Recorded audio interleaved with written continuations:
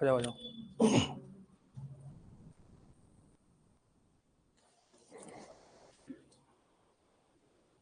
Inverter charge है ना भाई?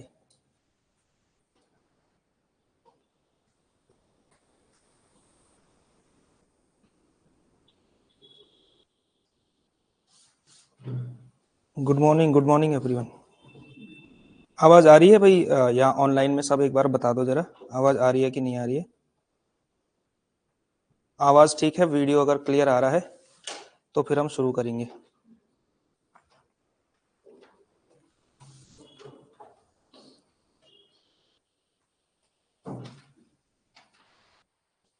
बताइए चैट में, आवाज ठीक है ना? ऑनलाइन में आवाज नहीं होगी तो बताएंगे कैसे? Good morning. चलिए तो बाकी लोग भी आते रहेंगे जैसे जैसे, ठीक है? हम शुरू करते हैं। तो आप में से कुछ नए चेहरे हैं यहाँ पे, ठीक है, और कुछ पुराने हैं। कुछ पुराने अब इतने रिलैक्स हो चुके हैं कि उनको ऑनलाइन में दिया गया एक्सेस और वो घर पर ही बैठ करके रजाई से बाहर आने की हिम्मत नहीं करते हैं, ठीक है? तो आज से आप लोगों का नया बैच शुरू हो रहा है, ठीक है? जो पुराने यहाँ पे, कुछ लोग पुराने यहाँ पहले पढ़े हुए हैं, ठीक है? और क्योंकि परीक्षा थोड़ा सा आप लोगों को लग ही रहा होगा कि पीछे जाने वाली है ना, 10 मार्च को तो कम से कम नहीं होने वाली, मार्च में भी मुश्किल ही होगी। और कल आप लोगों ने अगर थोड़ा सा एक्टिव होकर के देखा होगा कि कल प्रेस कॉन्फ्रेंस चुनाव आयोग के द्वारा की गई और उसमें जो है आगामी लोकसभा चुनाव की रूपरेखा रखी गई है, ठीक है? तो मुझे लगता है कि अब देखो आप लोग, लोकसभा चुनाव बहुत बड़ा चुनाव होता है, पूरी दुनिया में ऐसा चुनाव कहीं नहीं होता जैसा यहाँ होता है, ठीक है? तो लगता नहीं है कि फिलहाल लोकसभा चुनाव जब तक शपथ ग्रहण समारोह नहीं हो जाता है, ठीक है, तब तक आप लोगों की परीक्षा नहीं होने वाली है। इस बात की लगभग आप श्योरिटी मान के चलो, क्योंकि पूरा तंत्र, पूरी व्यवस्था चुनाव की सिक्योरिटी और उनकी व्यवस्थाओं में लग जाता है, तो आप लोगों को जो है विंडो निकाल पाना आयोग के लिए फिलहाल मुश्किल होगा, ठीक है ना?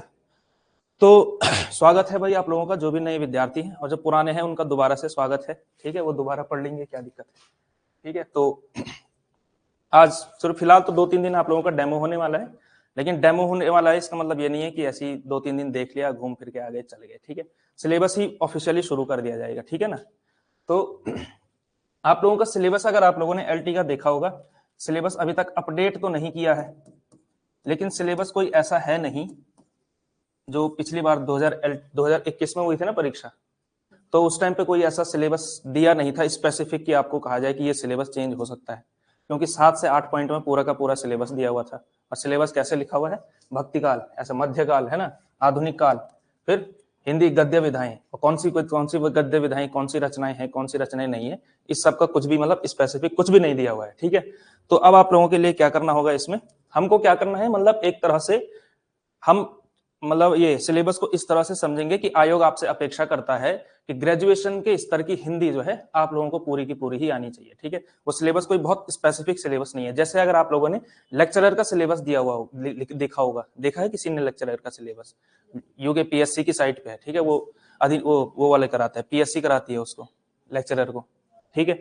तो उसका आपने अगर सिलेबस देखा होगा तो 3-4 पेज का सिलेबस है एक विषय का, बहुत स्पेसिफिक सिलेबस है, बिल्कुल दिया हुआ है, ठीक है? यहाँ सिलेबस 7 से 8 पॉइंट में है, कोई स्पेसिफिक नहीं दिया हुआ है। जब स्पेसिफिक ना दिया हुआ हो, पॉइंट टू पॉइंट ना दिया हुआ हो, तो इसका मतलब क्या है, सिलेबस में सब कुछ ही पढ़ना है, ठीक है? एक जनरलिस्टिक अप्रोच, सब कुछ आना चाहिए। कोई स्पेशलिस्ट ऐसा नहीं है कि ये वाला पूछा जाएगा और ये वाला नहीं पूछा जाएगा, कुछ भी पूछा जा सकता है, ठीक है? लेकिन फिर आप ये समझेंगे कि मॉडरेट लेवल का आपसे पूछा जाएगा, बहुत डेप्थ में वो नहीं जाने वाला है कि नहीं है? तो ये सारी चीजें, तो इसके लिए अब क्योंकि आपका सिलेबस ऑफिशियली अगर पॉइंट वाइज अगर आप देखेंगे तो भक्तिकाल से शुरू होता है, ठीक है?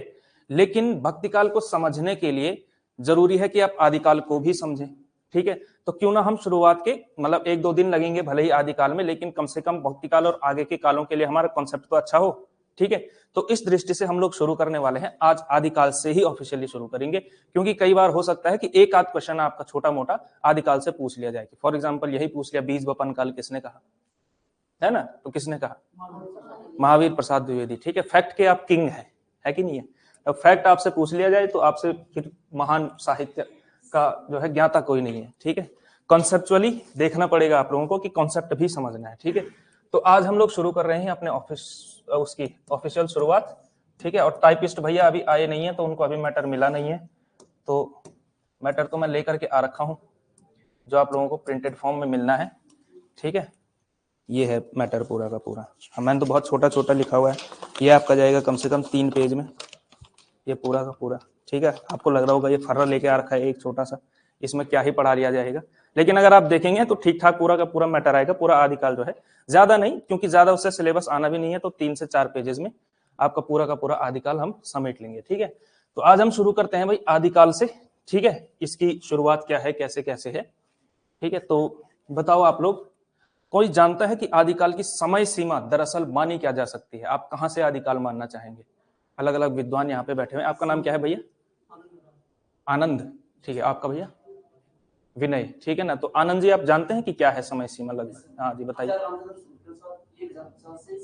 हाँ हाँ, विक्रमी संवत में। अच्छा, आचार्य रामचंद्र शुक्ल जी हैं, उनका जो आचार्यत्व है, या उससे भी आकर के चल करके जो शुक्लत्व है, शुक्लत्व समझते हैं, थोड़ा सा भारतीय परंपरा और ये वाला जो रहता है, तो उन्होंने विक्रमी संवत में अपना इतिहास लिखा है। उनकी जो किताब है हिंदी साहित्य का इतिहास, आप देखेंगे विक्रमी संवत में है, ठीक है।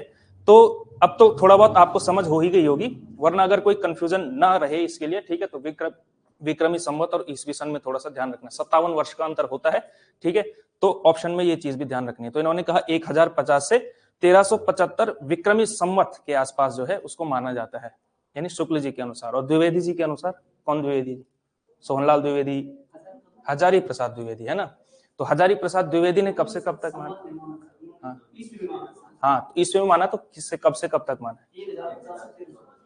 नहीं, उन्होंने माना है, उन्होंने बहुत जनरलिस्टिक कर दिया। जो शुक्ल जी ने माना था 1050 से 1375 ईस्वी, अब देखो जो संवत, सॉरी, तो 1375 संवत माना, इतना स्पेसिफिक देने की जरूरत शुक्ल जी ने क्या समझी होगी कि 1375 जैसे 76 लगा होगा, संवत में ही मान लिया जाए अगर, तो एकदम लोगों ने डिसाइड किया होगा कि आदिकाल की पोथियां बंद करो, आज से भक्तिकाल शुरू, आधी रात को मिडनाइट 12 AM, ऐसा हुआ होगा। कैसे होता है ये सारी आदिकाल से भक्तिकाल में परिवर्तन कैसे हुआ होगा?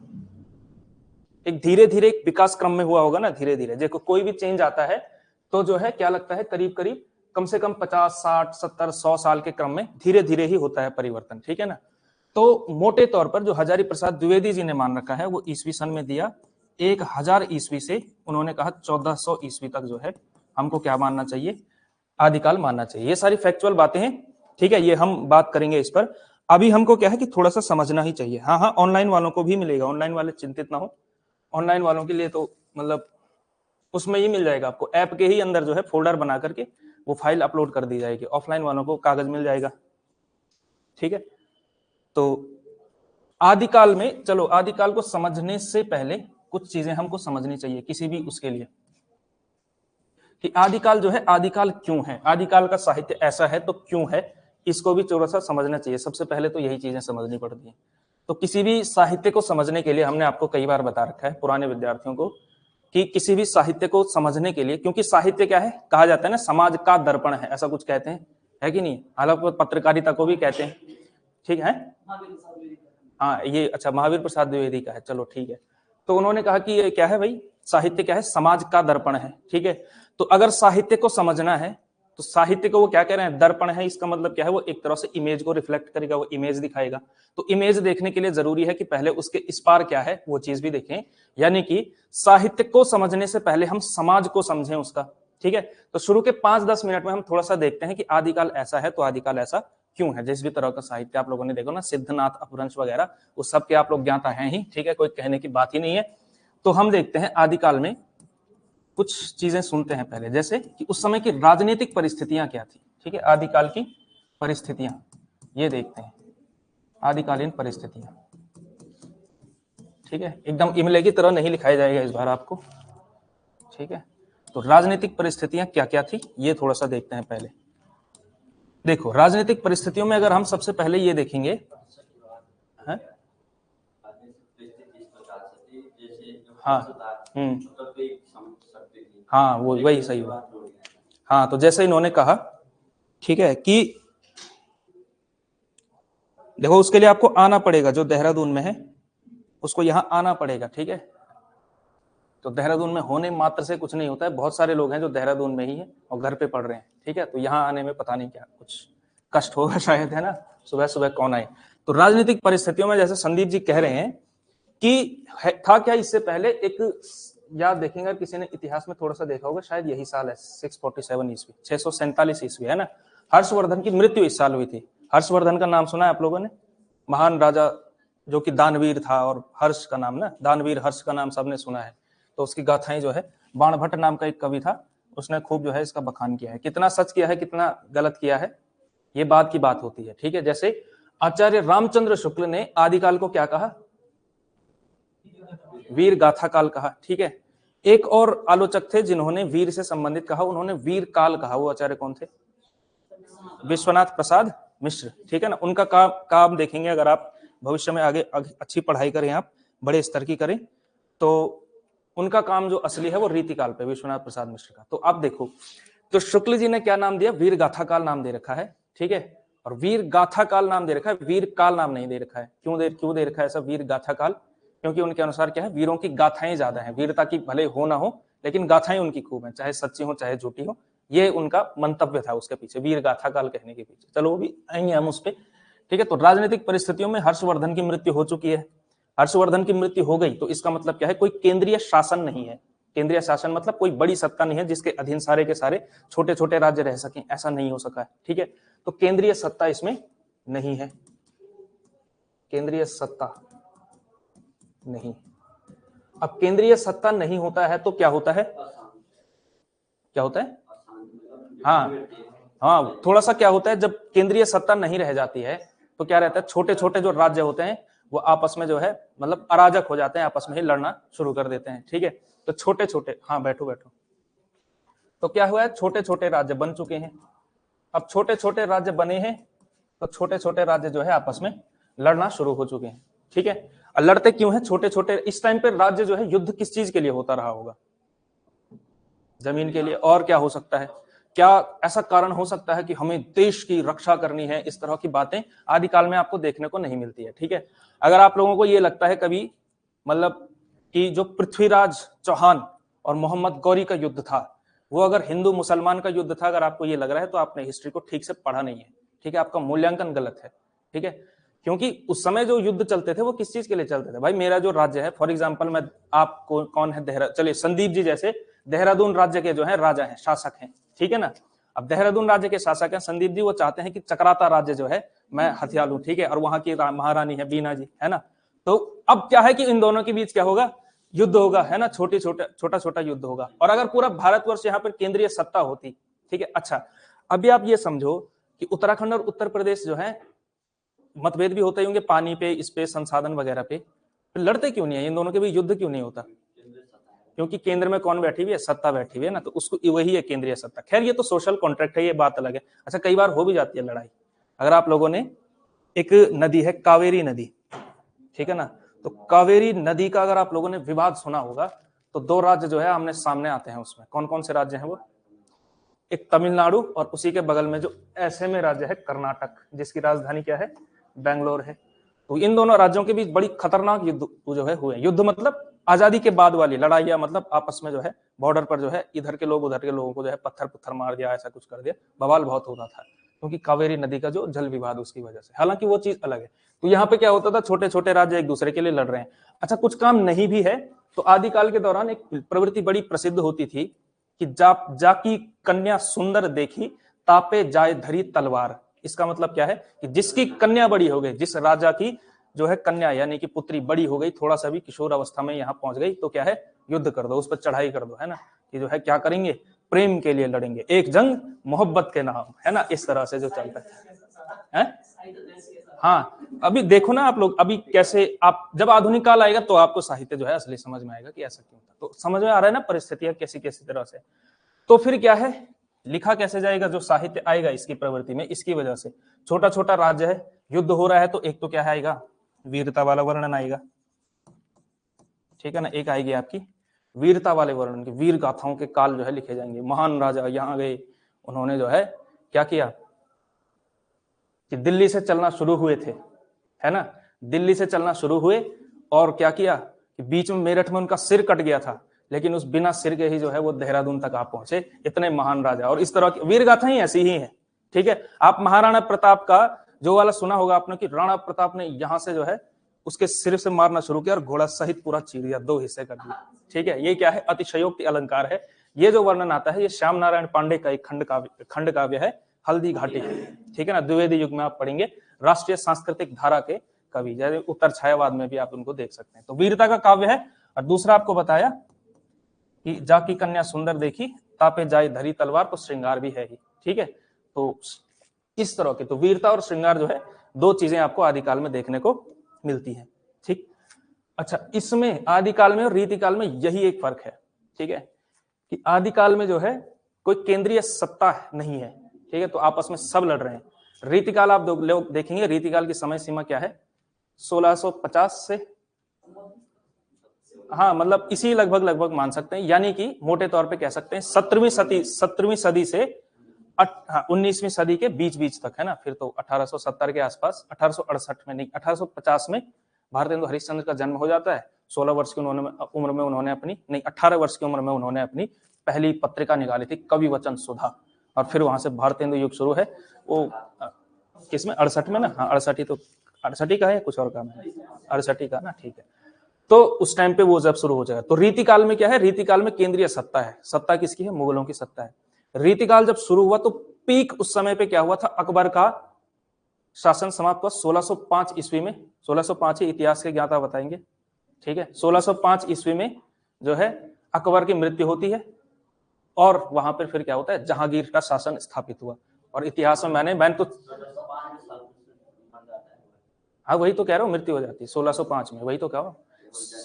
1605 ईस्वी में अकबर की मृत्यु हो गई, जहांगीर शासक बना। ठीक है, जहांगीर शासक बना, और मैंने तो 6th 7th 8th में कहीं से सुना था कि वो जो है मुगल काल का गोल्डन पीरियड कहा जाता है, जो जहांगीर के शासन में चला। क्योंकि अकबर ने क्या कर दिया था? पूरी मतलब सत्ता बहुत ज्यादा फैला दी थी अकबर ने, और जहांगीर ने उस पर राज किया। एक तरह से जहांगीर ने उसको संभाल के रखा। शाहजहां के बाद से परिस्थितियां खराब होनी शुरू हुई, ऐसा हम सुनते हैं, देखते हैं, उनके पारिवारिक परिस्थितियों की वजह से। ठीक है ना, तो वो सब आता है। तो पीक समझो आप, रीतिकाल में पीक है तो केंद्रीय सत्ता है, तो आसपास के राज्य लड़ेंगे नहीं, क्योंकि अगर ये लड़ेंगे तो वहां से जो है, हाँ वो देखेंगे आपकी वो कैसा गुणगान है, अभी हम देखेंगे उसका। ठीक है, वो मतलब हंसी आने वाला गुणगान ज्यादा है। अच्छा देखो आप लोग, फॉर एग्जाम्पल कोई बहुत, जैसे एग्जाम्पल देते हैं हम। ठीक है, अब ये क्लास है पाकिस्तान तक नहीं पहुंचने वाली है, तो खुल करके कही जा सकती है बात, पहुंच भी जाए तो क्या ही कर लेंगे। ठीक है, तो देखो, अगर देखो पाकिस्तान 4 लड़ाई लड़ा, चारों हारा। ठीक है, पाकिस्तान की सेना के बारे में एक कथन बड़ा चलता है कि जंग कभी जीती नहीं और इलेक्शन कभी हारे नहीं, है कि नहीं? आजकल ये इलेक्शन हुआ, फिर से सेना जीत गई है, ऐसा कुछ मान्यता है, मतलब सेना का आदमी जो है उन्होंने जिता दिया है, फिर से ऐसा कुछ होता है वहां पे। तो अगर ऐसा हो कि वहां पाकिस्तान की सेना में कि करगिल का युद्ध हुआ, नहीं 1971 का युद्ध हुआ, और बढ़िया से लेते हैं, 1971 का युद्ध हुआ। ठीक है, वो तो है ही ना खतरनाक तरीके से। और उसके बाद वहां पर जो है कोई शायर हो वहां का, और वो जो है भारत, वहां के जनरल जो है, वहां के जनरल जो भी अयूब खान शायद थे या जो भी थे, उन पर जो है एक वीर गाथात्मक कविता लिखे, तो फिर उसकी मतलब क्या वैल्यू रह जाएगी? वो हंसी वाली बात है, वो ऐसा लगेगा ना कि यार मजाक उड़ा रहा है कि नहीं है? इस तरह की जो है, उसी तरह की कविता आपको रीतिकाल में भी देखने को मिलती है। अरे भाई तुम लड़ हो नहीं रहे, युद्ध तुम्हारा हो नहीं रहा है, तुमको मतलब कौन सी जंग जीत ली तुमने, मतलब है ना, अपने घर की छत पे जंग जीत ली, क्या जीत लिया?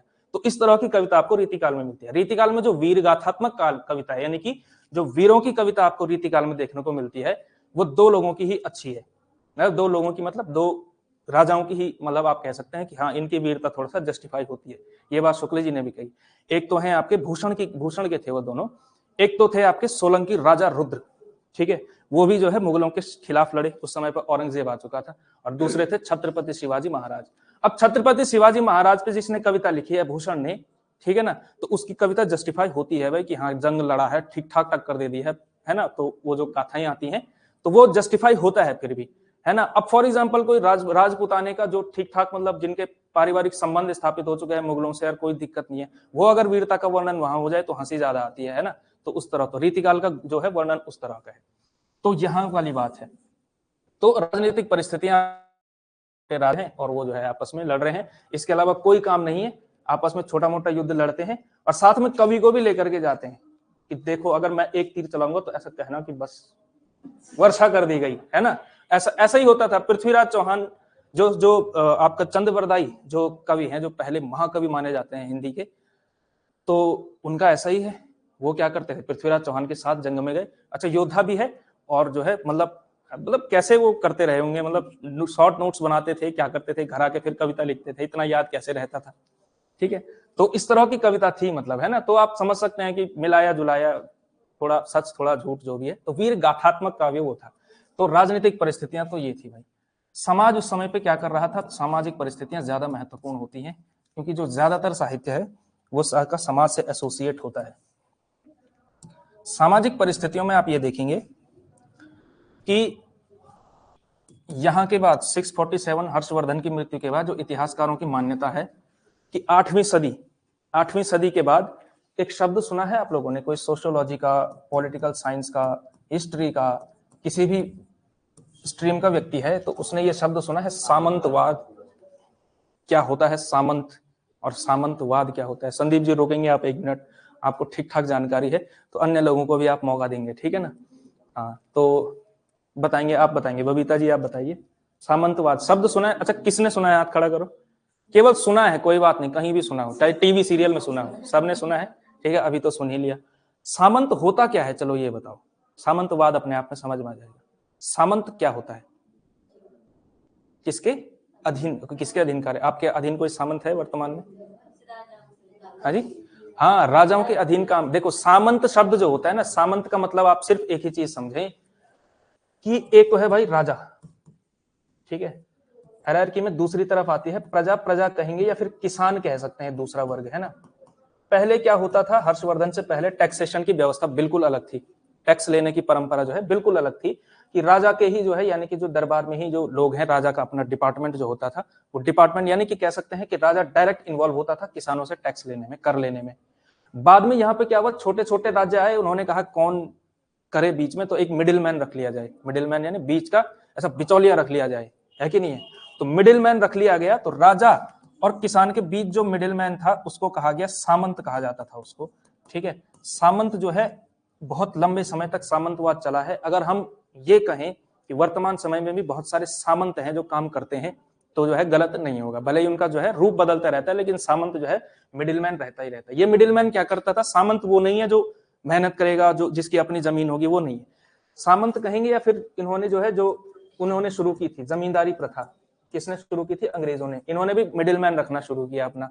ये क्या करते थे, ये कोई मेहनत नहीं करेगा, ठीक है, किसानों से सीधा सीधा कर लेगा, उसका कुछ हिस्सा खुद रखेगा और कुछ हिस्सा राजा को देगा। अब बीच में क्या है, अब वो राजा से थोड़ा भी दबाव आ गया कि इतना टैक्स होना चाहिए, तो वो क्या, अब जिस भी तरह से नीति चाहे राजा ने कोई भी बना रखी हो टैक्सेशन की, वो होगी क्या उसमें, वो अपनी तरफ से क्या करेगा, क्योंकि इसके पास ओपन, मतलब इसको छोड़ा हुआ है ना खुले हाथ में, इसके पीछे नियम तो कुछ है नहीं, तो ये किसानों का शोषण करेगा। तो ये जो सामंतवाद जो है यहाँ पर शुरू हो चुका था। तो इसका मतलब क्या है, एक तो सामंतवाद आपको नजर आता है इसमें। दूसरी चीज है, क्योंकि किसान है तो कृषि प्रधान अर्थव्यवस्था है, ठीक है, इस समय तक, क्योंकि पूंजीवाद तो बहुत बाद की बात है, कृषि प्रधान अर्थव्यवस्था चली है। कृषि प्रधान अर्थव्यवस्था, कृषि प्रधान अर्थव्यवस्था में क्या होता है, कृषि प्रधान अर्थव्यवस्था में सामंतवाद आता है, ठीक है। और जब उद्योगों पर केंद्रित अर्थव्यवस्था जाती है तो आता है पूंजीवाद, ठीक है, जिसको कैपिटलिज्म कहते हैं, ठीक है। तो पूंजीवाद, पूंजीवाद शब्द सुना है, बेशक सीरियल में सुना हो, ठीक है, किसी यूट्यूब वीडियो में सुना हो, लेकिन सुना तो होगा। तो कृषि प्रधान अर्थव्यवस्था है। कृषि प्रधान जब अर्थव्यवस्था होती है किसी भी उसमें, तो आप देखेंगे, आप लोग एक चीज समझो कि गांव में तो कृषि प्रधान व्यवस्था होती है, शहर में जो है उद्योगों पर और सर्विस सेक्टर का मामला ज्यादा होता है, ठीक है, मतलब वहां पे अर्थव्यवस्था केंद्रित होती है, ठीक है। तो कृषि प्रधान अर्थव्यवस्था, जैसे आप गांव में देखेंगे, धर्म का बोलबाला गांव में आपको ज्यादा दिखेगा या शहर में आपको ज्यादा दिखेगा? ना, शहर में भी दिखेगा, लेकिन गांव में बहुत ज्यादा दिखेगा। कि गांव में क्या होगा कि मतलब छोटी छोटी बात में भी जो है, हर छोटी सी चीज में धर्म आता है कि नहीं है।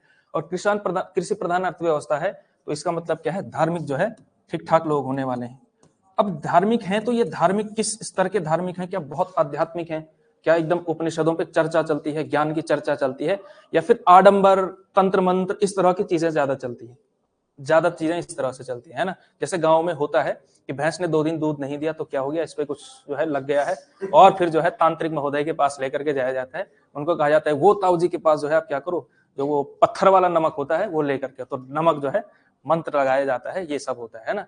तो वो जो है धर्म का एक स्वरूप वो है, एक स्वरूप स्पिरिचुअल धार्मिक जो है वो उपनिषद की ज्ञान चर्चा वगैरह वगैरह अलग, वो भक्ति काल देखेंगे आप, ठीक है। तो यहाँ पे धर्म का स्वरूप कैसा है, पाखंड, पाखंड शब्द आप लगा सकते हैं, एक लगा सकते हैं आडंबर खूब सारे हैं, तो ये सब जो है यहाँ पे हो रहा है, धार्मिक पाखंड है, आडंबर है, ये सब जो है चीजें जो है इस समय की। नहीं, तो समाज में ही धर्म होता है, उसको धार्मिक परिस्थितियां अलग से कैसे कर ली जाएंगी, है ना, इसी को इसी में डाल सकते हैं कि समाज क्या कर रहा है, पाखंड और आडंबर और इस सारी चीजों में लगा हुआ है, ठीक है। और उस समय पर आप देखेंगे कि उस समय पे जो है 2-3 तरह के धर्म जो है आपस में चल रहे थे। सांस्कृतिक परिस्थितियां, सांस्कृतिक अलग तरह से क्या, हाँ सांस्कृतिक परिस्थिति अलग से ली जा सकती है, कुछ पॉइंट उसमें, वैसे संस्कृति भी समाज का ही हिस्सा होती है, तो मतलब बहुत ज्यादा अलग से परिस्थिति अलग से बनाने की जरूरत नहीं, जैसे राजनीति और समाज थोड़ा सा हम डिस्टिंक्ट कर सकते हैं, उसी स्तर पे 1-2 पॉइंट अलग लिख सकते हैं, वरना इसी में भी डाल देंगे कोई दिक्कत नहीं है, ठीक है। ये समझने वाली बात, ये पूछा नहीं जाएगा कि कौन सी सामाजिक परिस्थिति है कौन सी राजनीति, ये समझने वाली बात है, सब कुछ एक साथ ही चलता है, ठीक है। तो यहाँ पे क्या है, एक तो चलता है आपका जो हिंदुओं की पुरानी परंपरा चलती थी, वो तो है ही, जो इसको आप कह सकते हैं ब्राह्मण धर्म कह सकते हैं आप इसको, जो 4 वर्ण है ना, ब्राह्मण क्षत्रिय वैश्य शूद्र, और इसके आधार पर जो है वेद पूजा पाठ वाला जो चलता था, यानी कि जो ब्राह्मण का जो ब्राह्मण धर्म जो है वो चल रहा था। दूसरी तरफ क्या चल रहा था इसमें, दूसरी तरफ जो थे बौद्धों का जो है दबदबा हो चुका था, बौद्ध जो है एक तरह से चल रहे थे। बौद्धों के साथ हुआ क्या, बौद्ध धर्म का जो है जो कबाड़ा बौद्ध बुद्धिस्ट लोगों ने बाद में आकर के किया, उतना और किसी ने नहीं किया। बुद्ध पैदा कब हुए थे, 540 क्या, हाँ ईसा पूर्व में पैदा हुए थे, ठीक है ना, यानी कि ये जो आदिकाल आपका शुरू हो रहा है उससे लगभग 1000-1200 साल पहले बुद्ध होकर के चले गए, बुद्ध होकर के चले गए। बुद्ध ने बहुत गहरी बातें की, मतलब बहुत खतरनाक इस तरह की बातें की कि बहुत सारी चीजों का जवाब जो है जो उनके अनुयायी थे वही नहीं समझ पाए, या समझ भी पाए तो वो एक्सप्लेन नहीं कर पाए, क्योंकि बुद्ध के बराबर कौन करता, ठीक है। बुद्ध कोई चीज एक्सप्लेन करते थे तो लोग खुश हो जाते थे, चलो बुद्ध कह रहे हैं तो ठीक ही कह रहे होंगे। दूसरा आदमी उनसे जो चेला कहे तो चेले की कौन सुने, वो कहे भाई ठीक से समझा, क्या समझा रहा है।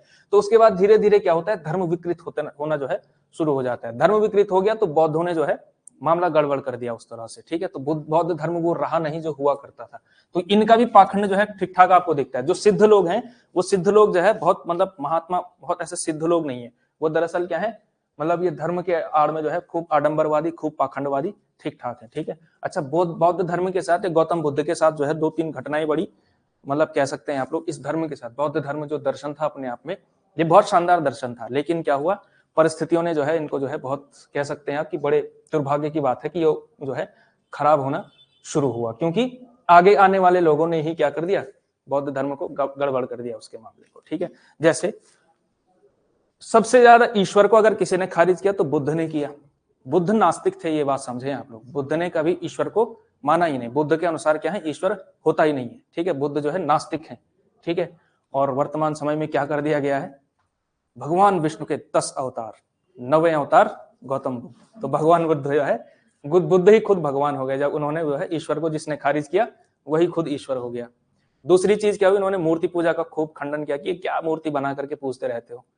दुनिया में अगर सबसे ज्यादा मूर्तियां किसी की तो गौतम बुद्ध की है, ठीक है। आप चले जाओ यहाँ, मतलब पूर्व में जो है, पूर्व में तो बुद्ध ही बुद्ध है। बुद्ध जो है जहां बुद्ध पैदा हुए भारत में वहीं बुद्ध नहीं है, बाकी मतलब चाइना ले लो, जापान ले लो, मंगोलिया, इधर जहां से उधर के साथ है ना, वो तो थोड़ा बहुत है, तिब्बत तो है, अब इतना तो कहीं भी दिखेगा आपको, वो तो है, अब इतना दिख जाएगा। अब जैसे अगर हम इस आधार पे ये कहें कि अभी जो मोदी जी ने एक मंदिर खोल दिया, कहाँ खोला वो, अबू धाबी में, कहाँ खोला, उसके आधार पर हम ये कहें कि अब जो है हिंदू राष्ट्र जो है अबू धाबी से हम क्या बनाने वाले हैं, कुछ भी ऐसा राज्य बनाने वाले हैं, रामनगर बनाएंगे उसका नाम, ऐसा करेंगे तो वो मूल्यांकन गलत है ना, एक आध कहीं मिल जाए, लेकिन जिस स्तर पे जापान में उस स्तर पे यहाँ तो नहीं है। यहाँ तो क्या है, जो वेदांत की परंपरा चल रही है, ब्राह्मण धर्म उसको कह सकते हैं हम लोग, हिंदू परंपरा वो चल रही है। तो ये सब हुआ, तो बौद्धों का भी मामला जो है ये हो चुका है। जैन भी थे ही उस टाइम पे, जैन बौद्ध ये सारी धार्मिक परिस्थितियां थी ही। एक परिस्थिति आप लोग और समझेंगे फिर जो है ये, चलो सांस्कृतिक उसमें हम देख सकते हैं, इसको सांस्कृतिक इसमें ले सकते हैं। सांस्कृतिक परिस्थिति के इस लिहाज से अगर हम देखेंगे तो महमूद गजनबी भारत कब आया था, यानी उसने आक्रमण कब किया सोमनाथ के मंदिर पर, 1025, ठीक है। यानी कि मोटे तौर पे हम ये कह सकते हैं जो भी, हाँ तो जब भी, यानी कि 712 कह रहे हैं आप, तो यानी कि 8वीं सदी, 9वीं सदी, 10वीं सदी, यहां से क्या है, इस्लाम जो है भारत आना शुरू हो चुका है। इस्लाम जो है भारत आना शुरू हो चुका है। अच्छा, इस्लाम के बारे में आप ये चीज समझे, जो मुसलमान जो है आने शुरू हुए, कहां से, कजाकिस्तान और अफगानिस्तान के उधर के जो बॉर्डर से, वहां पैदा हुआ इस्लाम। तो वैसे अरब में पैदा हुआ था, लेकिन वहां से फिर वहां से सारे लोग मुसलमान बन चुके थे, वहां आने शुरू हुए। इससे पहले जितने आक्रांता आए थे, जितने लोग आए थे, शक, हूण, कुषाण, जितने भी आप लोगों ने सुने हुए हैं, जो कि मतलब आ तो वो बहुत पहले से रहे थे, यानी कि जब आप मौर्य काल सुनते हैं, वहां पे भी सिकंदर का आक्रमण है वगैरह वगैरह, ये सब है। उनके टाइम पे वो जो थे वो धर्म लेकर के नहीं आए, उनका कोई धर्म था ही नहीं, उनको पता ही नहीं था धर्म क्या होता है। देवी देवता मानते रहेंगे अपना जो भी थोड़ा बहुत, लेकिन उस स्तर पे जो है विकसित धर्म लेकर के वो नहीं आए थे। वो भारत आए तो वो देख करके चकित रह गए कि भाई यहाँ क्या हो रहा है, ठीक है। तो उनको जो है किसी ना किसी वर्ण में जो है शामिल कर लिया गया, ज्यादातर तो उसमें जो है क्षत्रिय धर्म में जो है, क्षत्रियों में जो है शामिल कर दिया गया। आप क्या है, राजपूत हैं, क्योंकि आप युद्ध लड़ते हैं, आप क्या करते हैं, आपकी सेना है, आप युद्ध लड़ते हैं, आप राज करते हैं, तो आप क्या है, वो है। तो शक, हूण, कुषाण, ये सारे लोग थे।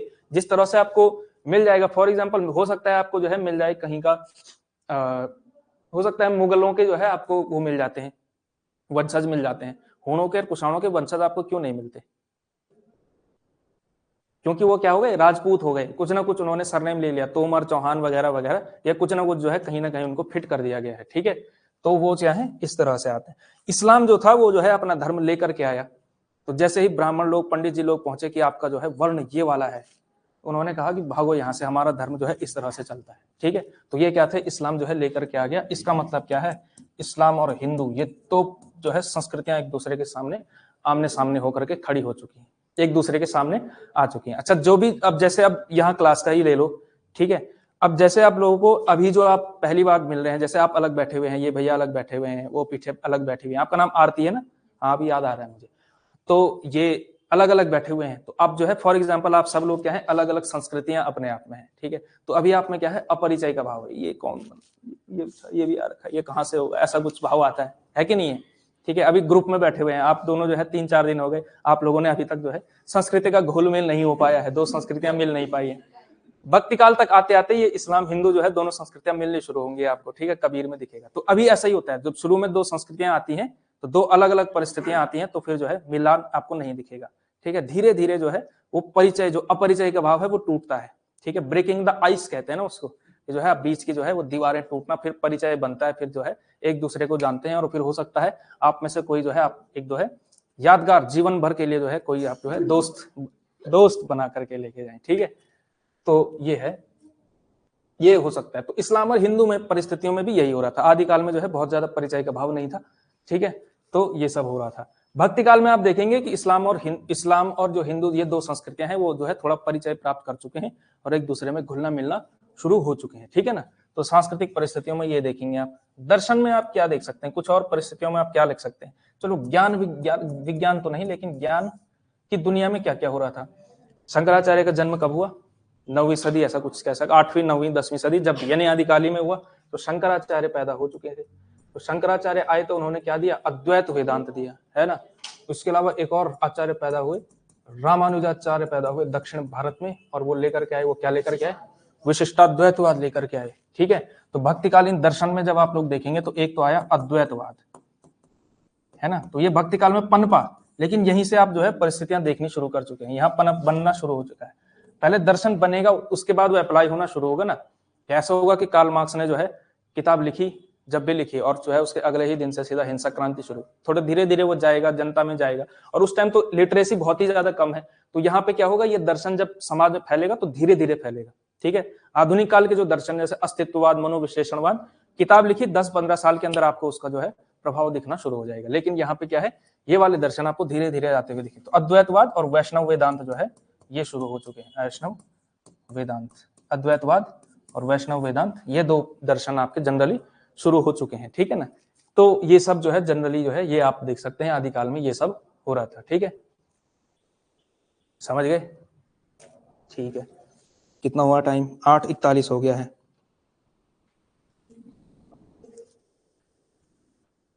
चलो स्लाइड चेंज कर लिया जाए, ठीक है। ऐसे ही बनाओ फिलहाल, ऐसे जैसे मैं गोले गोले कर रहा हूँ, ठीक है। घर जा करके याद कर लेना कहानी की तरह इसको, कैसा कैसा, ठीक है। ये परीक्षा में पूछा नहीं जाता है, ठीक है।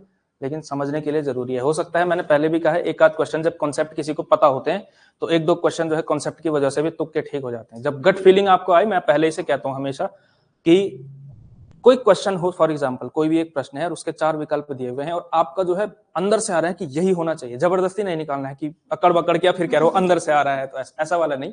अंदर से सच में लग रहा है कि ये उत्तर होना चाहिए और उसके पीछे आपका जो है लॉजिक भी काम कर रहा है कि इसलिए होना चाहिए और इसलिए नहीं होना चाहिए, तो उस क्वेश्चन के साथ आपको जाना चाहिए। ठीक है, क्योंकि इसका मतलब आपको जो है समझ थी, तो समझ के आधार पर आपने उसको कर दिया। ठीक है, तो वो भी आप कर सकते हैं। तो इस तरह के कॉन्सेप्ट बहुत काम आते हैं।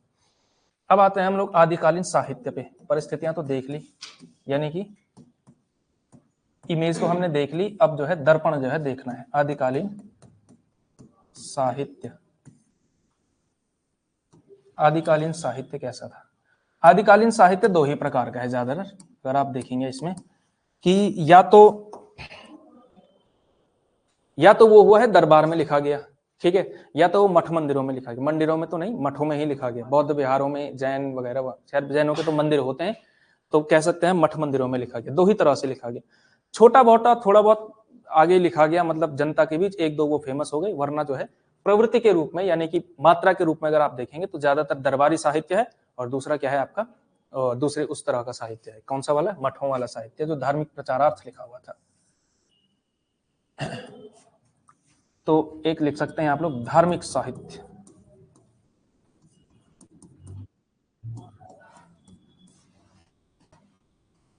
धार्मिक साहित्य, धार्मिक साहित्य जो है, धार्मिक साहित्य दूसरा आप कर सकते हैं फिलहाल धर्मेतर साहित्य, यानी कि धर्म से इतर था, लेकिन चलो धर्मेतर नहीं करते हैं, थोड़ा अलग ही रखेंगे इसको, क्योंकि जो रासो काव्य परंपरा आती है उसमें भी कुछ कुछ थोड़ा बहुत धर्म का जो है आपको दिखेगा इसमें। तो धार्मिक साहित्य में आप लोग जानते ही कि 3-4 प्रकार के जो है पंथ जो है निकल पड़े थे उस समय पे। कौन कौन से थे धर्म से जुड़े हुए? नहीं, रासो अलग है, रासो धार्मिक में नहीं होंगे। हाँ, सिद्ध हो गए, नाथ हो गए, जैन हो गए, है ना, तो यही 3 आप लोग जनरली देखते हैं। तो एक पनपा आपका सिद्ध साहित्य, ठीक है ना, सिद्ध जन में। दूसरी बार आए आपके नाथों का चला।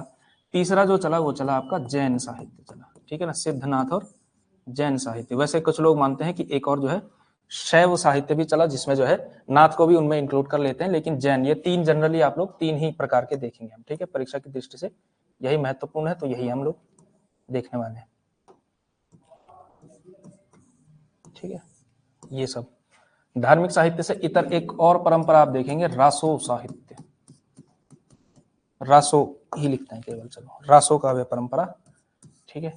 रासो भी जो है आप देखेंगे कि 3 प्रकार के दिखते हैं आपको रासो। एक तो दिखेगा आपको वीरता परक, ठीक है, तो वीरता का काव्य। दूसरा दिखेगा आपको श्रृंगार का काव्य, ठीक है। तीसरा दिखेगा आपको, तीसरा कह सकते हैं वीरता का हो गया, श्रृंगार का हो गया, और तीसरा हो गया उपदेशात्मक, जो जैन कवियों ने लिखा, जैसे उपदेश रसायन रास, उपदेशात्मक रासों का, ठीक है। इसके अलावा कुछ और देख सकते हैं आप, ठीक है। वैसे हम क्या करेंगे, जैसे ये जैन का लिखा हुआ है ना, तो जैनों से संबंधित वही वाला लिखेंगे।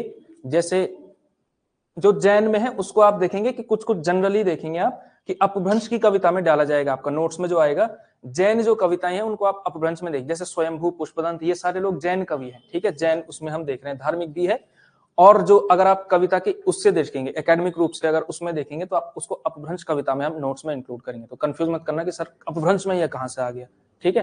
तो वो अलग से देखेंगे, थोड़ा सा समझने के लिए ये क्लास का काम जो है अलग तरह से हो रहा है। रासो साहित्य हो गया, धार्मिक साहित्य हो गया, इसके अलावा क्या बचता है आपका, एक कह सकते हैं आप लोक का कविता था। हालांकि ये भी क्या कहा जाता है कि ये क्या है, मतलब दरबार में ही लिखा गया कविता है, लेकिन फिर भी क्योंकि इन सब से अलग है, रासों से अलग परंपरा है, तो लौकिक साहित्य लिख लिया।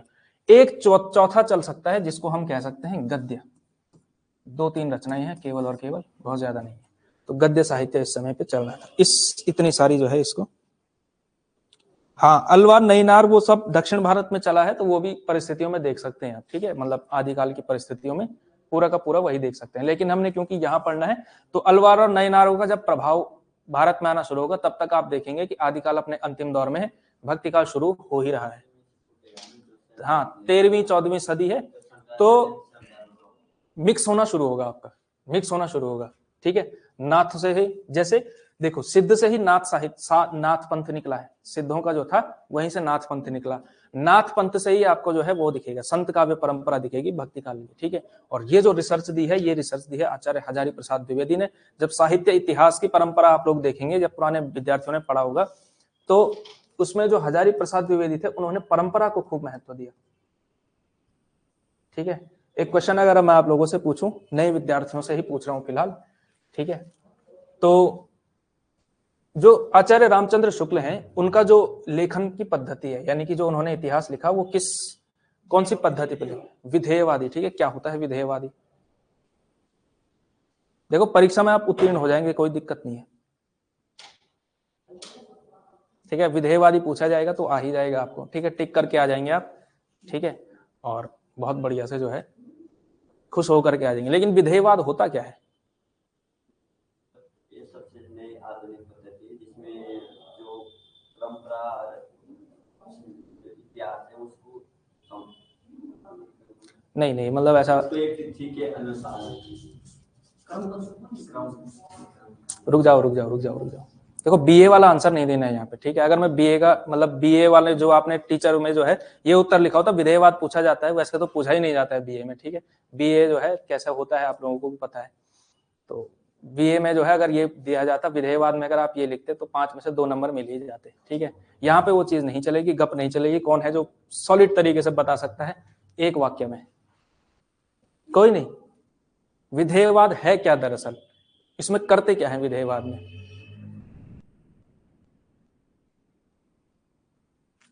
कोई भी नहीं है।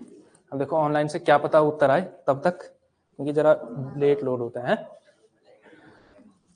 नहीं, ऑप्शन कैसे दिया जाएगा? ऑप्शन आपको लंबा चौड़े 4 वाक्य में कैसे फ्रेम करूं इस समय पे? अच्छा है, नहीं वो तो मैं समझाऊंगा ही, वो तो अंत में क्या ही विकल्प रह जाता है। विधेयवाद ये है एक खास, नहीं हो गया अभी आपके अटेम्प्ट समाप्त। वैज्ञानिक आधार पे इतिहास लिखते हैं, आप भी बीए वाला ही उत्तर दे रहे हैं, ठीक है। विधेयवाद दरअसल क्या है आपको जो है स्पेसिफिक बताया गया था। अब जो है परंपरा इसमें है ही नहीं, ठीक है। वही तो बता रहा हूं कि हजारी प्रसाद द्विवेदी और शुक्ल जी का इतिहास लिखने का तरीका अलग था, और क्यों था, इसीलिए हाँ जाति आ गए, हाँ एक और, चलो हो गया, 2 आ गए भाई। बहुत उद्भावना जो है यहाँ पे समाप्त हो चुकी है।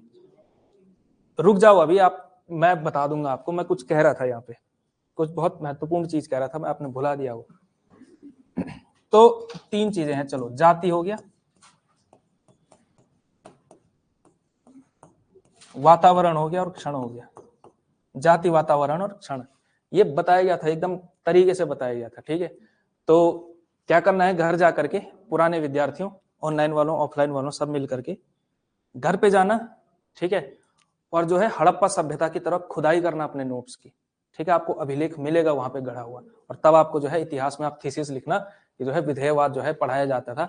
2 क्लासेस में क्लास चलती थी, और तब डीएल रोड पे क्लास होती थी, ठीक है, वहां मिलेगा आपको, ठीक है। और ये लगभग बैच 1 महीना भी नहीं हुआ इस चीज को पढ़े हुए, ये लगभग पढ़ाई की होगी हमने जनवरी के आसपास, जनवरी के जस्ट बाद वहां पर निबंध आलोचना हुई थी, उसके बाद हिंदी साहित्य का इतिहास लेखन हुआ था, ठीक है। जाति, वातावरण और क्षण, तो मिल गया अभिलेख, है ना, शिलालेख जो भी है,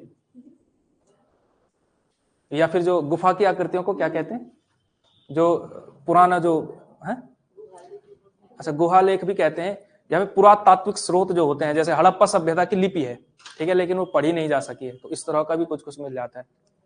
हाँ, अब घर जाके करना ये रिसर्च, ठीक है। तो जाति, वातावरण, क्षण जो है शुक्ल जी का मामला था। परंपरा को माना कि परंपरा के आधार पे जो है किया है हजारी प्रसाद द्विवेदी ने, ठीक है।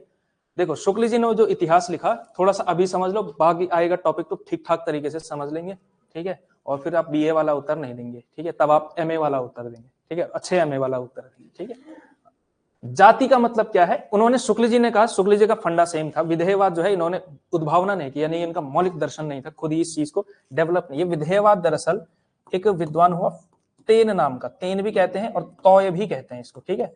जो फ्रेंच जो उच्चारण होते हैं थोड़ा अलग तरह से चलते हैं, ठीक है।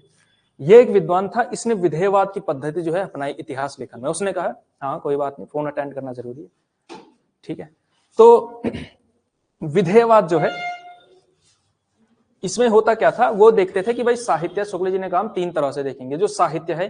पहली चीज तो ये देखेंगे कि किस जाति का है, यानी कि किसका साहित्य है, किन लोगों का साहित्य है, उस जाति का मूल्यांकन सबसे पहले किया जाएगा, जाति देखेंगे, ठीक है ना।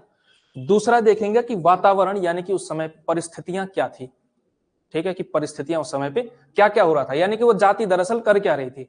जाति देखेंगे कौन सी जाति, जैसे आदिकालीन साहित्य किस जाति का है, देखिए उत्तर भारत का ही आप जनरली देखेंगे, तो हिंदी जाति हम कह सकते हैं, हिंदी साहित्य किसका है, हिंदी जाति का है। तो हिंदी जाति के कुछ कुछ ट्रेड्स हैं, जैसे हिंदी जाति का एक लक्षण है वर्ण व्यवस्था, फॉर एग्जाम्पल, ठीक है। आजकल जो है, क्योंकि अब हम बहुत संस्कृतियां बहुत घुल मिल चुकी है ना, है कि नहीं है, बहुत सारा इस्लाम का प्रभाव है, बहुत सारा क्रिश्चियनिटी का प्रभाव है, बहुत सारा अन्य अन्य धर्मों का प्रभाव है, वो तो अब मिल चुका है। लेकिन हम हिंदी जाति के कुछ कुछ चीजें, जैसे वर्ण व्यवस्था को मानना, ये सारी चीजें, तो एक देखेंगे हम कि जाति किस जाति का है, किस लोगों का ये साहित्य है। दूसरा देखेंगे वातावरण, यानी कि उस समय पे परिस्थितियां कर क्या रही थी। और क्षण देखेंगे, क्षण का मतलब है ये किस समय का साहित्य है। तो इन 3 पैरामीटर्स को नापते थे। उनका अगर आप जब डेप्थ में पढ़ लेंगे, थोड़ा और पढ़ लेंगे, मतलब जीवन में कभी पढ़ेंगे आप साहित्य, गहराई में पढ़ना, ठीक है। और निवेदन आप लोगों से यह है कि भावी अध्यापकों जहां भी पढ़ाओ, ठीक है, ठीक से पढ़ाना, ऐसा मत पढ़ाना जैसे हमको पढ़ाया गया था, ठीक है। तो जरा बढ़िया से पढ़ाना, इसलिए खुद पढ़ के जाना। जाति, वातावरण और क्षण, ठीक है। रेखा बडोनी ने बहुत अच्छा उत्तर दिया, आप पढ़ती हैं, आप बधाई के पात्र हैं। तो इन्होंने कहा जाति, वातावरण और क्षण के आधार पर हम क्या करेंगे, इसका मूल्यांकन करेंगे।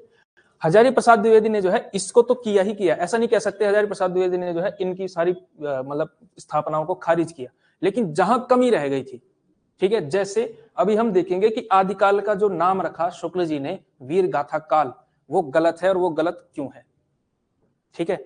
और इसका जवाब है परंपरा। ये जो बात, यानी जो सॉरी, आदिकाल में तो दूसरा कारण है ये नामकरण में, लेकिन शुक्ल जी एक और जगह बड़ी ठीक ठाक चूक जाते हैं, कबीर के जो है मूल्यांकन में, ठीक है। कबीर का मूल्यांकन शुक्ल जी बहुत अच्छा नहीं कर पाए, और हजारी प्रसाद द्विवेदी ने सबसे अच्छा मूल्यांकन कबीर का ही किया, क्योंकि परंपरा को जो है उन्होंने लिया था, ठीक है। तो वो कनेक्ट कर पाए कि जैन नाथ साहित्य से किस किस तरह से जुड़ा हुआ है, और फिर उन्होंने जो है कबीर को एक महान जो है उस तरह से यानी कि महान संत जो है घोषित किया था।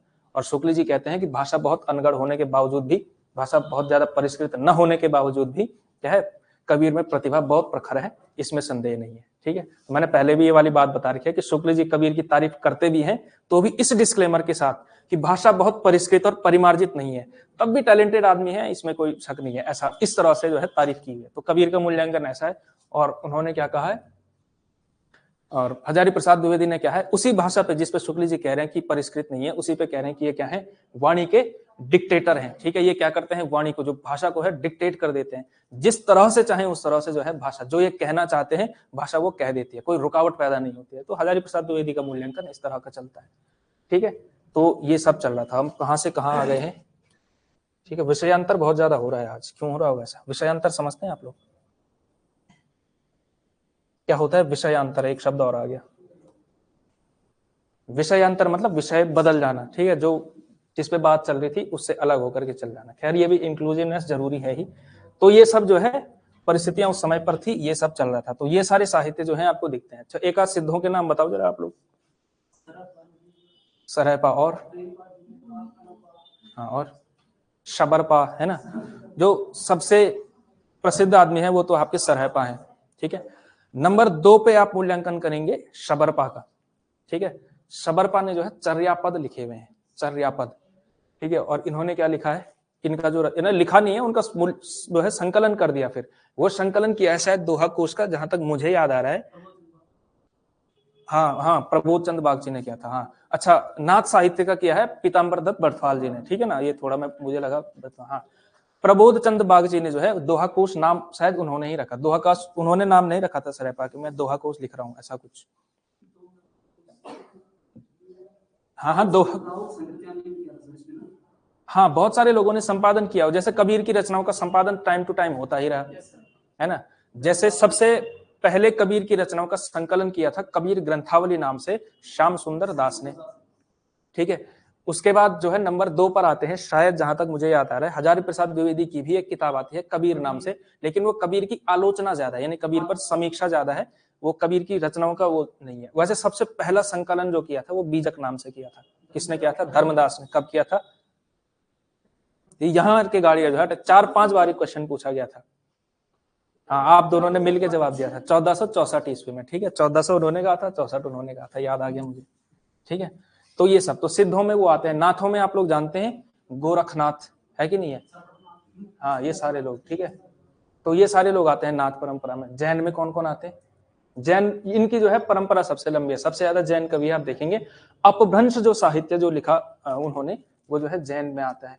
इसके अलावा वीर गाथा काल में सबसे खतरनाक तो आता है पृथ्वीराज रासो, ठीक है। अच्छा, उससे भी खतरनाक एक और है, अगर वीरता का अगर आप मतलब परम दशा देखेंगे उसमें, तो वह है परमाल रासो, ठीक है। परमाल रासो किसकी रचना है? परमाल रासो, हाँ, जगनिक की रचना क्या है? परमाल रासो। अच्छा, आप लोगों ने मुझे भी बुला दिया, ऐसे मैं खुद भूल गया, देखो 2-3 जवाब मिल गए। तो परमाल रासो, हाँ, तो जैसे परमाल रासो है, परमाल रासो का एक खंड कहा जाता है, उसको आल्हा खंड कहा जाता है, ठीक है ना। उसमें 2 वीरों की कहानी है, आल्हा और उदल। ये 2 लोग हैं और इन 2 लोगों की कहानियां चलती हैं उसमें, ठीक है। और उत्तर प्रदेश का एक हिस्सा है जहां ये आल्हा खंड खूब गाया जाता है, ठीक है। और मतलब ये जो कविता कही जाती है, आप लोगों ने मतलब किसका उदाहरण दिया जा सकता है, ये गाया कैसे जाता है? रामलीला में परशुराम का पाठ खेलता हुआ व्यक्ति देखा है आप लोगों ने, किस तरह से उछलता कूदता है? तो आल्हा खंड जो है ऐसा ही गाया जाता है, ठीक है। एकदम छाती पीट कविता है, ठीक है। तो वो वाली बात है। तो जो है वीर गाथा काल जो है वो है। श्रृंगार की कविताओं में आप देखेंगे, श्रृंगार की, हाँ, बीसल देव रासो जो है श्रृंगारी, एकमात्र रासो ऐसा है जो श्रृंगार की कविता है। हालांकि शुक्ल जी को जो है, जो ये बीसल देव रासो का रचनाकार था नरपति नाल, यही था ना, उसको लेकर के जो है शुक्ल जी ने आपत्ति जताई है। उन्होंने कहा कि बीसल देव जैसा वीर जिसने बहुत सारे युद्ध लड़े, और ये इस पर रासो लिख रहा है, तो क्या कर रहा है, इसकी ये वाली कहानी लिख रहा है कि ये जो है घर से गया और बीवी से रूठ करके उड़ीसा चला गया, और फिर वहां से फिर वापस आया, और फिर जो है हैप्पी एंडिंग के साथ कहानी समाप्त हुई। रासो लिखना ही था तो इसने इतने सारे युद्ध लड़े, उस पर लिख लेता। इसी सेंस में कहा, मतलब ऐसा नहीं कहा, इस सेंस में कहा, क्योंकि शुक्ल जी की भाषा जो है थोड़ा सा रहती है, उसमें जो है कह सकते हैं आप समासिकता रहती है, समास पद जो है खूब रहते हैं, यानी कि एक ही वाक्य से 2-3 अर्थ निकलते हैं। जैसे वो कबीर वाला कथन था, उससे 2-3 अर्थ निकल जाते हैं। कि जो है भाषा परिष्कृत नहीं थी, पहली बात ये। दूसरी बात, प्रतिभा प्रखर थी। और तीसरी बात ये निकलती है कि प्रतिभा प्रखर थी और ये सब था। और मतलब थोड़ा थोड़ा ऐसा लगता है कभी शुक्ल जी को देख करके कि वो चाहते हैं कि जो सगुण धारा, जो ये निर्गुण धारा के लोग हैं, या जो संत का परंपरा के लोग हैं, इन्होंने जो है बड़ा बंटाधार किया है, और इनसे क्या करना चाहिए था। अगर कबीर सगुण धारा के लोग होते ना, राम भक्ति धारा के होते, तो मजा आ जाता है ऐसा। क्योंकि सगुण राम का सबसे ज्यादा विरोध किसने किया? कबीर ने किया है ना, कि दशरथ सुत तिहुँ लोक बखाना, राम नाम का मरम है आना, ये कहा कबीर ने, है कि नहीं है? तो कबीर की ये वाली बात है। तो ऐसा लगता है कभी कभी बाइसनेस लगती है, और खासकर भक्ति काल में लगती है शुक्ल जी की। और वो इसलिए लगती है क्योंकि शुक्ल जी ने क्या किया, तुलसीदास का साहित्य उठाया। तुलसीदास जो है उनके प्रिय कवि हैं, ठीक है। बाकियों पे क्या लिखते हैं? कबीरदास जी, या फिर कवि कबीरदास, ऐसा भी कर लेते हैं, ठीक है। और निराला जी जरूर लगाते हैं, ऐसी कोई दिक्कत नहीं है, लेकिन जब तुलसीदास का नाम आता है तो गोस्वामी तुलसीदास जी, ऐसा जो है नाम आता है, ठीक है। शुक्ल जी को 2-3 कवि ना बहुत पसंद आए। जैसे इनमें से एक तो आपके गोस्वामी तुलसीदास जी, तो वो तो टॉप प्रायोरिटी थे ही। सेकंड नंबर पे जो पसंद आए वो थे जायसी, मलिक मोहम्मद जायसी भी खूब पसंद आए। पद्मावत भी उन्होंने लिखा है, संकलन किया उन्होंने जायसी ग्रंथावली का, ठीक है। सूरदास जी पे कुछ चीजें पसंद आई, कुछ चीजें पसंद नहीं आई। सूरदास जी की अलंकार प्रियता पे जो है उनको जो है खूब आपत्ति रही। उन्होंने कहा, शुक्ल जी का कथन आता है कि सूरदास ने क्या किया है कि अलंकार के फेर में पढ़ करके जो है अपनी कविता जो है कभी कभी खराब कर दी। अलंकार के फेर में खूब पढ़े, हालांकि उनकी जो है भाव प्रेरित वक्रता एक चीज आती है, वो समझेंगे आप लोग, ठीक है। वो एमए वाला उत्तर है, ठीक है, वो बीए वाली चीज नहीं है, ठीक। तो भाव प्रेरित वक्रता से प्रभावित हुए। उन्होंने कहा कि भाई इनकी भाषा में क्या भाव जो है बड़ा अच्छा है, गोपियों की तारीफ की, भ्रमर गीत की तारीफ की, लेकिन अलंकार प्रियता जो है उनको खूब पसंद नहीं आती थी। शुक्ल जी की 2-3 चीजें जो है बड़ी मतलब याद रखने वाली चीजें। शुक्ल जी को ना अलंकार का जो है जबरदस्ती प्रयोग करने वाले लोग पसंद नहीं। वैसे भी अलंकार जो है जबरदस्ती नहीं ही करना चाहिए, अलंकार स्वाभाविक रूप से आ जाए तो अच्छा है, ठीक है। और शुक्ल जी को जो है शब्द अलंकार यूज करने वाले लोग बिल्कुल पसंद नहीं आते थे, खासकर अनुप्रास अलंकार। कहाँ अनुप्रास अलंकार जिसने 2 से 3 से ज्यादा रख दिया अगर पूरी किताब में, तो फिर शुक्ल जी के कहर से जो है वो बच नहीं सकता था। हालांकि उत्प्रेक्षा अलंकार ऐसा लगता है सबसे प्रिय था, ठीक है। और उत्प्रेक्षा अलंकार में कुछ लोगों का नाम आता है, जैसे मलिक मोहम्मद जायसी का नाम आता है, जो नागमती वियोग वर्णन जो आता है, नागमती वियोग खंड वहां पे आता है उत्प्रेक्षा अलंकारों के माध्यम से। वो कहते थे कि कोई भी बात कहनी हो, कोई भी मतलब उपमा वो देनी हो, उपमा और उपमेय का जो है स्थान बनाना हो, तो उत्प्रेक्षा अलंकार के माध्यम से बनाया जाए तो बड़ा अच्छा लगता है, ऐसा जो है बायसनेस दिखती है। तो कभी कभी क्या है, शुक्ल जी महान विद्वान है, सबसे इंपॉर्टेंट विद्वान है, लेकिन तब भी क्या है उनके जो है उनमें बायसनेस आपको नजर आती है, ठीक है। ऐसे ही जो अलंकार प्रियता के कारण जो है केशव दास को तो जो है बहुत डांटा है, बाकी लोगों को एक या दो बार डांटा है, केशव दास को जो है हर पैराग्राफ में डांटते हैं, 3-4 पेज लिखे हैं केशव दास पर, और जो है हर पैराग्राफ में कहा है कि ये जो है ठीक नहीं है। क्योंकि केशव दास का वो भी आता है ना कथन, एक आता है कि भूषण बिना न बिरजई कविता बनिता और मित, कि भूषण जो है, भूषण मतलब भूषण में यहाँ पे कौन सा अलंकार है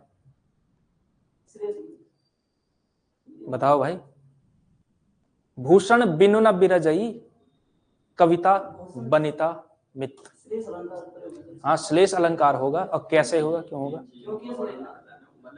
हाँ भूषण बिनु न बिरजई कविता वनिता मित, ठीक है। कविता के सेंस में भूषण का अर्थ है अलंकार, जो शब्द यूज होता है। वनिता के सेंस में क्या है, स्त्री कह सकते हैं या फिर पत्नी की, चलो स्त्री ही लगा लेंगे जनरली, ठीक है ना। और मित्र जो है, मित्र के लिए सेंस यूज हुआ है। समझ में ये नहीं आता कि मित्र को जो है आभूषण की क्या जरूरत है, पता नहीं किस भूषण की बात की गई होगी यहाँ पे संभवतः। तो यहाँ पे देखेंगे, यहाँ पे क्या है अलंकार की सेंस में, यहाँ क्या है आभूषण की, हीरे जवाहरात वो जो होता है उसकी सेंस में, ज्वेलरी की सेंस में। और मित्र के लिए, मित्र चोर के लिए, अच्छा चलो जो भी है, चलो ठीक है ना। तो इसका मतलब श्लेष अलंकार आप कह सकते हैं। तो कह रहे हैं कि अलंकार के बिना कविता कविता होती ही नहीं है, ये वाली बात कही। और शुक्ल जी को क्या है, शुक्ल जी की जो है भ्रिकुटी तन गई है सीधा इस बात पे। भ्रिकुटी तनना समझते हैं आप लोग? भ्रिकुटी क्या होती है? ये जो ये होता है ना, ये जो तन जाना, जब गुस्सा आता है तो ये तन जाता है, ठीक है। तो इसको कहते हैं भ्रिकुटी तनना। तो ये सब चीजें, ठीक है। तो आज की इसमें इतना ही हो पाया। अब सीडीपी की क्लास होने वाली है, ठीक है।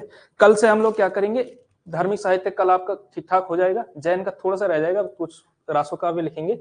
और आप लोगों ने HW क्या करना है, वो बहुत आसान सी चीज है, और वहीं से क्वेश्चन आने की संभावना बनती है। HW समझते हैं आप लोग? ठीक है, ऐसा लिखते थे ना, गृह कार्य ऐसा लिखते थे कभी कभी, ठीक है।